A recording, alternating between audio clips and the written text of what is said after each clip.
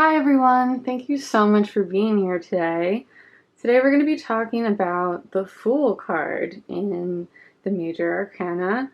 It's number 0, starts everything off. It might be one of the first things that you hear about when you learn about tarot because the majors are a major part of the entire deck in a traditional tarot deck, and they tell a really compelling story. A story that kind of maps onto, I think, a lot of our lives. It's meant to be highly relatable. I named this channel after the Fool and the Fool's journey because of how meaningful that construct is to me. And I thought it would be fitting if we went through all of the different Fool cards that I own from my tarot decks and sort of looked at all the different visual images, symbols, basically all the indicators of different facets of the card and what it can mean, because from deck to deck, the Fool card is going to be very different, of course. So yeah, I thought we would look at that today, and then I decided that a really good way to finish up the reading is going to be to pull some oracle cards, because that can be a really fun way to study the tarot if you're looking to get more familiar with it. You can pull different oracle cards. It really doesn't matter what kind, because the idea is drawing connections between those energies and whatever card you're studying at the time. So it's a fun way to both get to know your tarot cards better and get to know your oracle cards better. So we'll save that for the end, but for people who are looking to study, that'll be there for you. For people who are just looking at my deck collection or just wanting to learn about the Fool straight up, this first part of the video will be for you. So let's just get right into it. I'm gonna turn all these over now.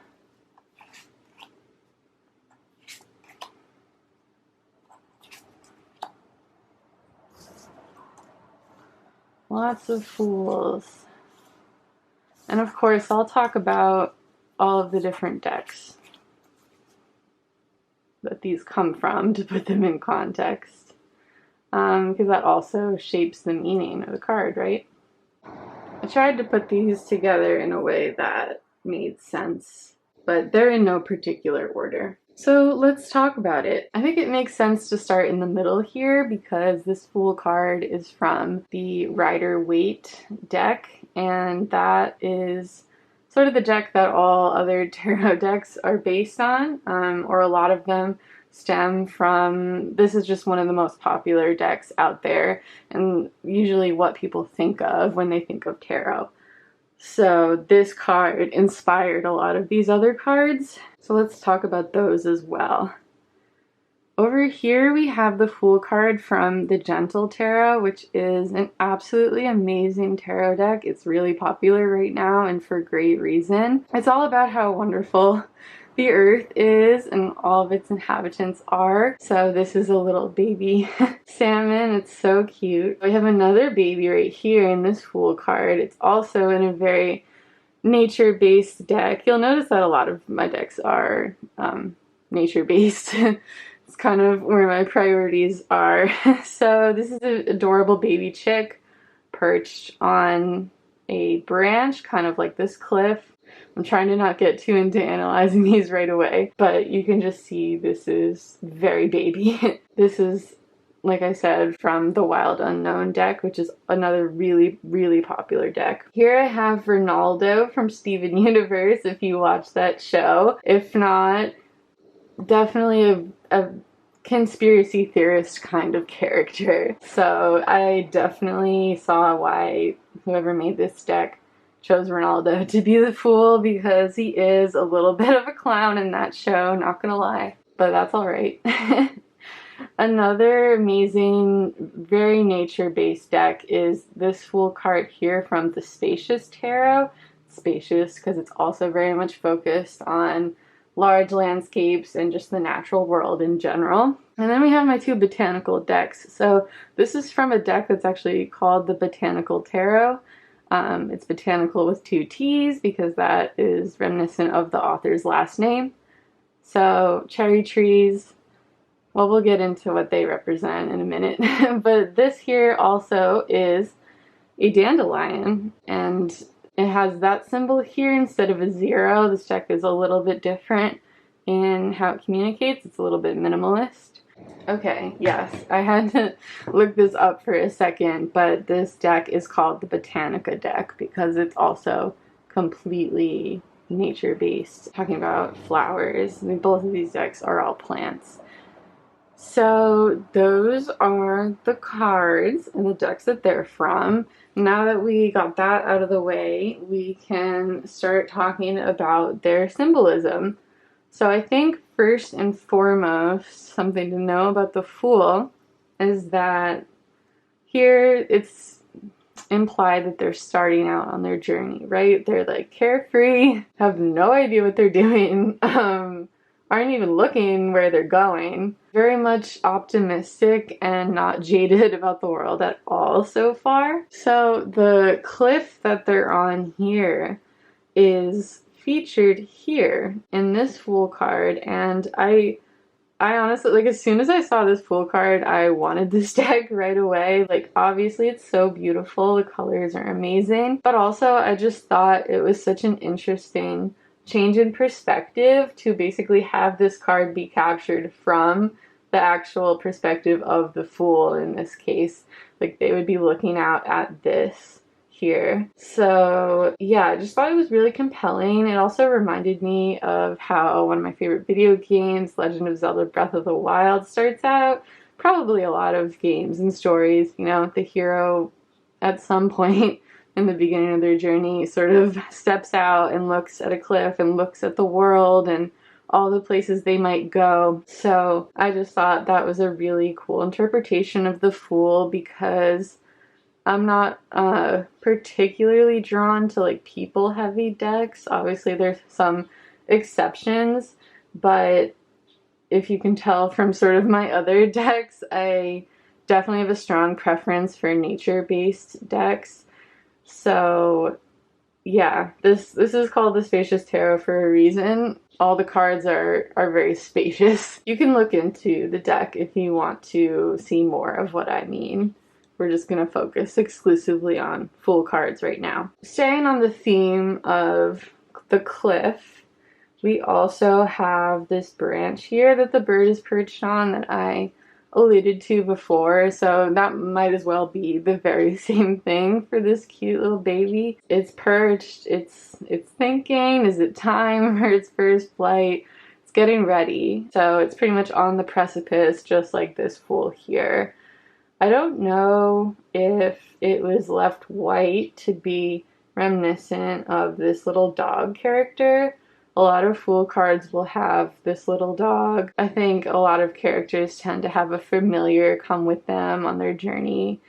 There's also the white rose here. All of it's just really pointing towards this very youthful, childlike innocence. It's very cute. Likewise, in that same vein, we have this baby here, this baby salmon. It's on sort of its own cliff, actually, because, you know, it has to swim a very long way to get to where it's going. I think, yeah, this baby salmon is sort of swimming in the opposite direction of the grown salmon. It is programmed, like it knows from birth exactly what it's destined to do. I mean, animals are amazing in that way. Same with the baby bird. And this rainbow here is like kind of an encouraging piece. I guess it's implying that it's in the sky, right? Since it's upside down. And yeah, there's just a lot of joy to be found in starting journeys. I think a lot of people tend to look down on the Fool sometimes for pretty literal reasons. Like, Fool has a relatively negative association. Obviously, it's also considered funny. It's amusing how much of a clown the Fool is and just how silly they are in general. But yeah, the whole reason I, again, named my channel and my Etsy shop, etc. after the Fool and their flow through their journey is that I think there's a really big positive element to the Fool card, and I want to focus on that more. That's why I'm making this video. I think beginnings are really beautiful, and having that energy that initiative to start a journey, start a process, even though you're so new, you're so small, you're so young, you're so inexperienced, you're so maybe not that knowledgeable on whatever subject is at hand. The Fool moves forward regardless of really whether they feel ready or not. If you pull the Fool card in reverse during a reading, that often means that you are resisting starting a journey, or that you are sort of feeling overly negative about yourself or the situation, and maybe like sort of holding on tighter than you need to, you know, instead of just taking that leap and getting started and moving forward and being brave in that way. You know, like, it's the, again, childishness and obliviousness, like they're not even looking, of the Fool is often what people focus on, but not so much the bravery. And perhaps it doesn't take that much bravery to get started if you don't know what you're getting yourself into, but it's still not for nothing. It's still something, and I think it's admirable. I think it's actually really cool energy. I really like that element of the Fool. Here we have the dandelion kind of starting out in its own way. You know, the seeds are just beginning to blow off and go off into the world, just like these other Fools. So that choice for the Fool card in the Botanica deck made total sense to me. I think another thing to note here is that it has these colors that are kind of reminiscent of a sunrise. You know, like, think about it. A dandelion, you would normally expect this to be green here. This is very sunrise colored instead of being that traditional green, and I feel like it kind of blends in here. This also kind of gives me sunset, but like, you can't ever really tell, right? So I think it's definitely meant to be implied that this is a sunrise as well. So just kind of like that warm pastel, nothing too harsh in that imagery, right? Because it's just the very beginning. Here too, I think there's also sort of a sunrise implied in this card as well, because it looks like sort of the sun is rising up from the darkness in the bottom of the card, and the bird is getting ready to step out. Moving on to the cherry tree in the botanical deck. I thought this was a really beautiful Fool card as well. It's interesting because it also has that pastel color scheme. And the reason why this is the Fool card in that deck is because cherry trees are typically one of the first or the first trees to bloom in the spring. You know, if you think about it, they just tend to go first, and it's always a spectacle and really incredible and something that draws a lot of attention. So this decision made total sense to me. I thought it was a really smart choice and just an overall gorgeous card to look at. What we haven't talked about very much is kind of the outlier here, which is Ronaldo over here in the corner. Quite different from these. And this deck is obviously an outlier. It's entirely based on Steven Universe references, so if you don't watch that show, then it's kind of just going to go over your head. But at the same time, I think the energy is still conveyed. You could argue that the light coming down here is sort of like the light of enlightenment. It's kind of reminiscent of the sun in the original Fool card. It does heavily rely on your knowledge of this character and what happens in the show. There we go. So if you take a look close up, his phone case has KBCW on it, and that stands for Keep Beach City Weird, which Beach City is where a lot of the show takes place, and that's his blog where he posts all of his conspiracy theories. Although in reality, he seems to be one of the only humans in that show sort of noticing what all of the gemstone alien people are doing while the rest of the townsfolk kind of just ignore them. So yeah, that's reminiscent of his blog, and he's sort of taking photos to put on his blog. In the foreground of this, there are actually some characters that he's probably capturing and wanting to post because they are very unusual and not human. I won't spoil too much of the show. I think it's interesting that the card is like very much not from his perspective. It's from the outside, and it makes him look kind of frantic and like he doesn't know what he's doing. So I think between what's just immediately clear without context and if you're familiar with the show, this card actually has a lot of meaning. So I think that was a pretty good introduction to the Fool card. You can honestly go a lot deeper. There's so many things to talk about, like Ronaldo is not prepared for dealing with aliens and their shenanigans. The Fool here has a very tiny bag. It is not sufficient for the length of the journey that they're about to go on, but they don't seem bothered about that at all. And same with these babies here. Like, they're pretty much utterly defenseless, and yet do you see them hesitating? Not really. They're ready to go, you know? In nature, babies just go for it. So yeah, there's definitely so much more you can get into. I mean, yeah, you can study the original deck for decades and still learn new things all the time, which I think is so cool. I think we can wrap it up there if you're only interested in the Fool portion of this analysis. And if that's the case, thank you so much for checking out this video and my channel. I really appreciate you being here and exchanging this energy with me. If you enjoyed this video, please like and subscribe. And if you want to share any knowledge you have about the Fool in the comments section, that would be such a great resource for everyone who's watching this video after you. But if you are not interested in seeing the oracle reading, this is the end of the analysis section. Thank you so much and take care of yourself, and I'll see you in another video soon. If you are here for the oracle reading though, I'm going to pull some cards or see what jumps out, and we'll talk about whatever cards we get. The way that this deck works is it has small words here, but there's no guidebook. It's all about making your own personal associations with the cards. We could just take these that just fell out here.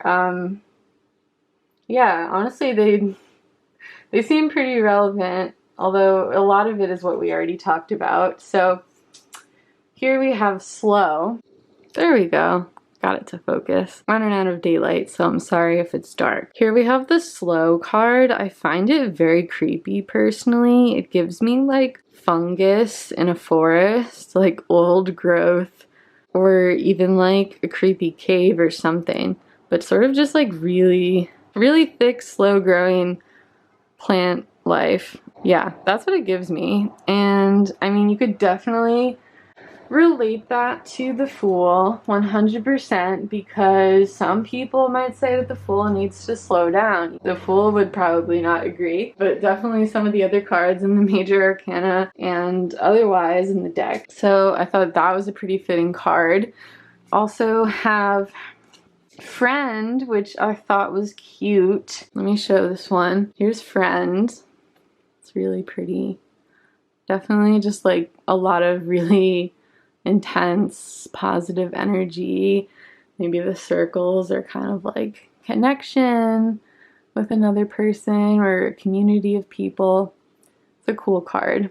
I think Friend is pretty fitting because the Fool is going to need a lot of those on their journey, and they might be starting out with one little friend here, like this dog, or completely alone, but they definitely have a friendly energy to them. You know, they're very open to experiences. So yeah, that seemed like an appropriate card. The last one that fell out was Hope, and that's traditionally more associated with the Star card, but the Star card is a guiding force. This here is kind of like a shooting star. It's a guiding force or a beacon of hope for the Fool to sort of figure out where they're going, especially after the Tower card. But without getting into all of the other cards in the deck, if you're not familiar, how hope specifically relates to the Fool, I hope is kind of straightforward at this point. Pun not intended. The way that it relates is that the Fool needs to have a lot of hope, or if they're less self-aware, they don't need any. But they sort of hit a wall and a lot of challenges along their journey pretty quickly. And so maybe at the very beginning of their journey, they don't need hope, but they're certainly going to need it pretty quickly. I just think that was really appropriate because it's very positive and has a message of like perseverance for the Fool. So that seemed pretty appropriate as an oracle card for this here analysis. I also think it's cool that there's a rainbow and there's a rainbow here. Rainbows make me feel pretty hopeful, I think, in addition to stars. 3 came out, but maybe one more to sort of balance out this image here. Oh, would you look at that? Release. Oh my gosh.